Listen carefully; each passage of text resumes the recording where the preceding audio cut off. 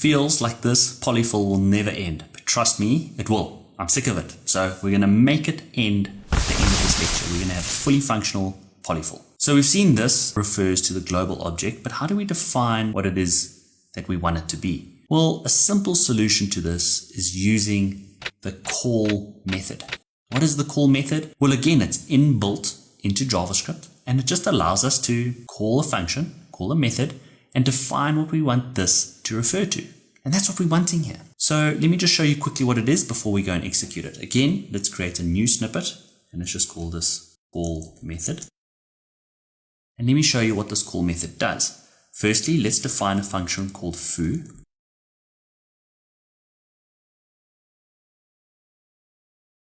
And FYI, if you're new to JavaScript, I don't know why, but often when you're doing test code, you define foo and you define bar. So you'll see a lot of that going around. So that's why I just decided to call it foo. There's no special meaning or value behind that word. And all we want this function to do is we want this function to console log this. And what do you think is going to happen when we execute foo? Is this a function being called on a method? Or is this a regular function? Well, of course, this is a regular function. So the value of this should be the window object. And let's run this code. There you go. We can see it's the window object. And now I want to show you how the call method works. And to do that, let's just define an object. So let bar equal an empty object. Now let's execute the foo function again, but let's do it with the call method. So we access the function. We access the natively built call method. And the first argument is what we want this to refer to, in this case, bar. Now, if there were arguments in the foo function, we could pass those along here, but they're not. So this is a very simple example. But now what do you think is going to happen? Well, let's clear the console and let's run our code. And there you go. It's not the window object anymore because we've told the engine when we use this that we're wanting to refer to bar. In this case, the empty object. Cool. So that is exactly what the call method does. Let's now implement it in our polyfill to solve our problem. So the first thing we have to do is we have to allow for us putting in a second argument into the forEach function call. You can see at the very top, we've defined that there are two arguments, a callback and an argument this. Now, when we don't put in arg this, it's just going to return undefined. It's going to treat that argument as undefined. And in this case, we've never used it anyway, so it hasn't really mattered. But now we're actually going to be using it. So arg this. And now the next thing we have to do is just change our callback slightly, because now we're not just wanting to execute the function directly, are we? We're wanting to access it via the call method.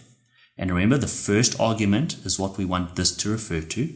And that's what we're going to pass into our call. Everything else can stay the same.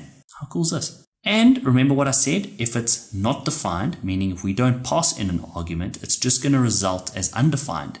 And this, in that instance, will just refer to the global object, which is what we want anyway. So it solves our problem. And to prove it to you, let's just make sure it's all working. Let's just save, clear our console, and run our code.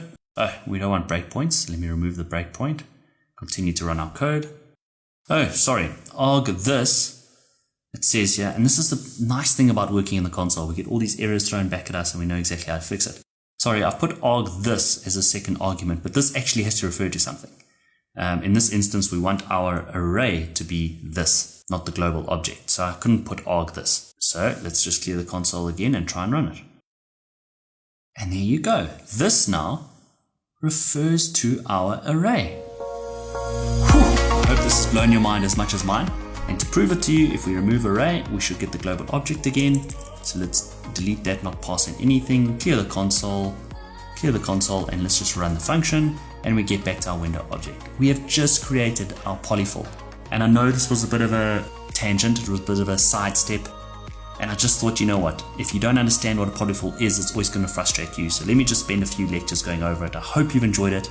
But let's get on to what this course is really about in the upcoming lectures. Hope you've enjoyed this bonus section. Let's continue.